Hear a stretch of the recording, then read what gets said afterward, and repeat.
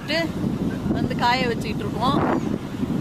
எள்ளு தான் எண்ணெய்க்கு காஞ்சுதான், எலி புழுக்கை எதுக்கு காஞ்சுதும்பாங்க. அதை மாதிரி நான் வீடியோ எடுக்க காஞ்சிட்டு இருக்கேன். இங்க பாருங்க, பாவம் இன்ஜினியர் என் கூட சேர்த்து காஞ்சிக்கிட்டு இருக்காரு.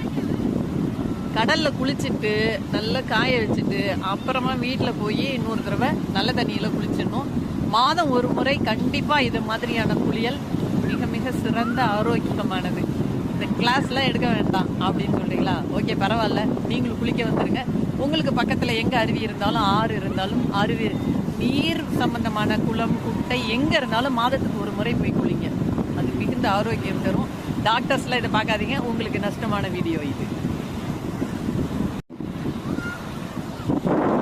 கடல்ல குளிச்சுட்டு வந்து காய வச்சுக்கிட்டு இருக்கோம்.